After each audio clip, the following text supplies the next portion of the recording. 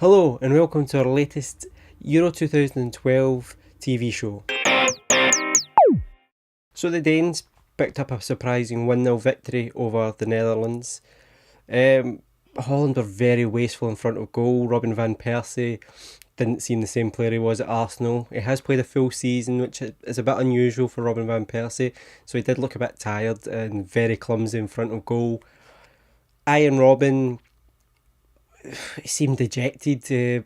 Ever since the Champions League final, he's seemed a bit of a shell of his former self. He started off actually a wee bit bright, but then faded away dreadfully towards the end of the game, and especially in the second half. Krondeli for Denmark did extremely well. Everybody was talking about Christian Eriksen beforehand, including myself, but Krondeli took his goal fantastically well. It was against the run of play. He came into the box and he shifted his eyes, looking towards the right hand side as if he was going to put a shot in with his right foot.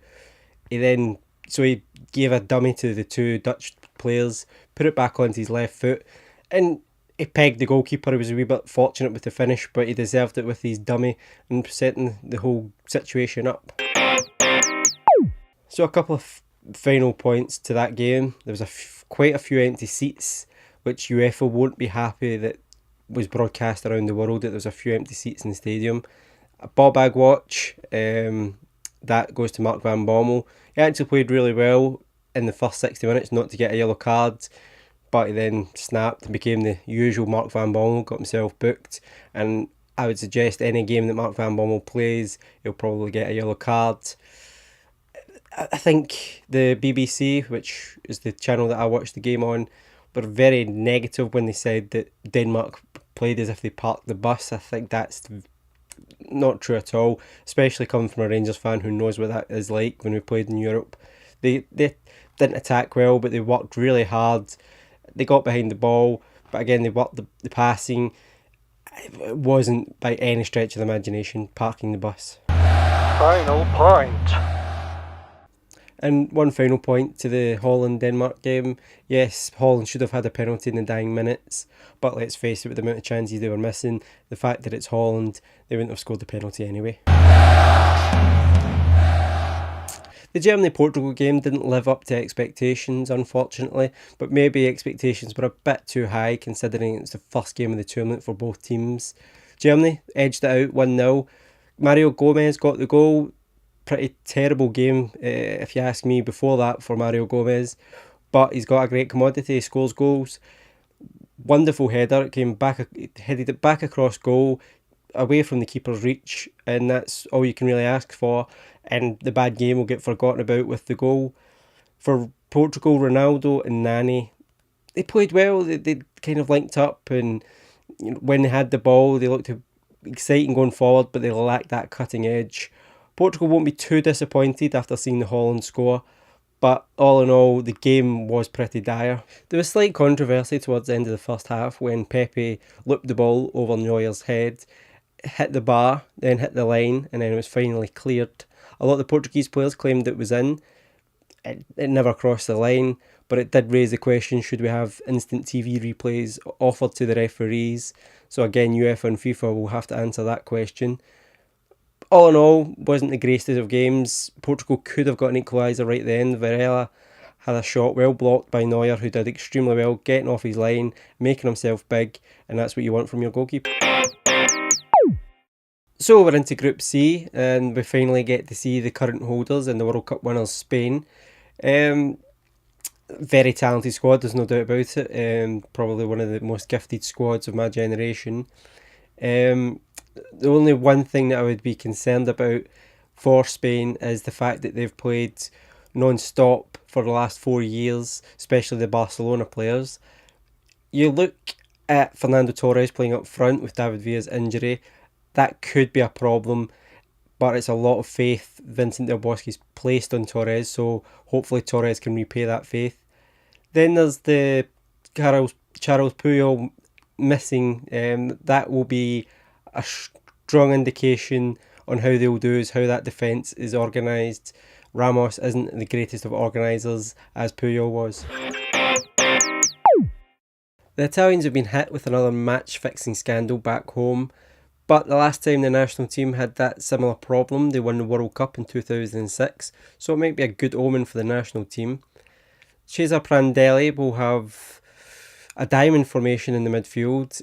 That will consist of having Andre Pirlo playing deep, and his vision and craft, along with his passing ability, should create a lot of problems. It will be interesting to see how he will play against Spain though, with Iniesta, Xavi, Busquets and Alonso all pressing him.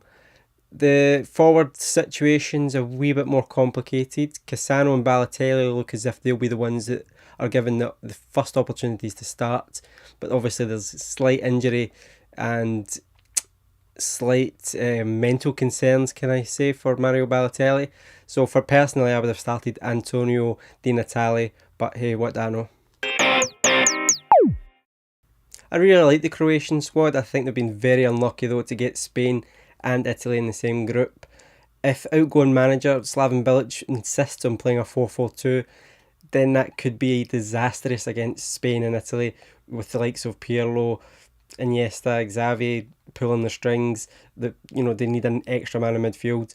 And with Nikita Jelavic, he's perfect for a lone striker. He's got a bit of pace, he's certainly got the power, and he'll create havoc amongst any defence if he's given the time and space. So I would go, with the 4-5-1. I really don't fancy Ireland for this group.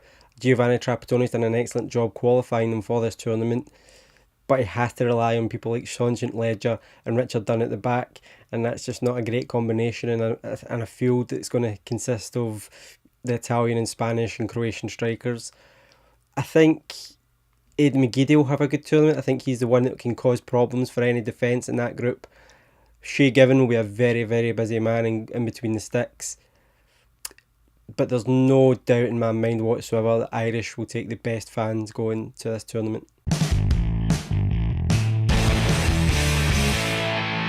Get involved with Absolute Radio's Rock and Roll Football Show.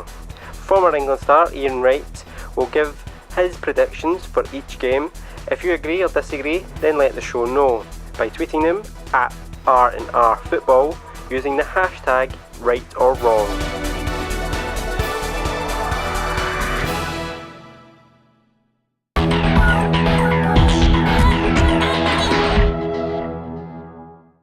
So my predictions for Group C, well, the best two teams are playing each other first, so that's Spain and Italy.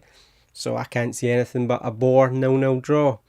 Ireland and Croatia, I think Croatia will outplay Ireland and dominate the match. I think Croatia will win 3-1.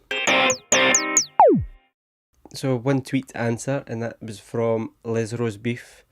And Gav asks, do the Irish fans like the Jack Charltonisation of the Irish national team? I suppose he means the fact that they play a similar kind of football, but I think the Irish fans, will support Trapattoni as long as they're getting results and they're qualifying for tournaments. I think that's the main point to anything. A bit like, I feel as if it's a bit like Scotland. We'd be delighted to qualify no matter how we played. So I think that's the same with the Irish fans. Over at Down in the Box, Barry Landy questions whether or not Ireland can change tactics with Robbie Keane still in the team. Remember I told you youngster Jagoev was going to be good? Well, find out more about him at the Score Footy blog, a different footy blog by the way, where Jared Peters takes a closer look at him. Amy Eustace writes about being a happy Irish fan as they end their tournament exile. Check out that and lots more good stuff at A Football Report. Feel free to contact me either by email scott@thefootyblog.net or on Twitter @footyblognnet. And thank you very much for watching.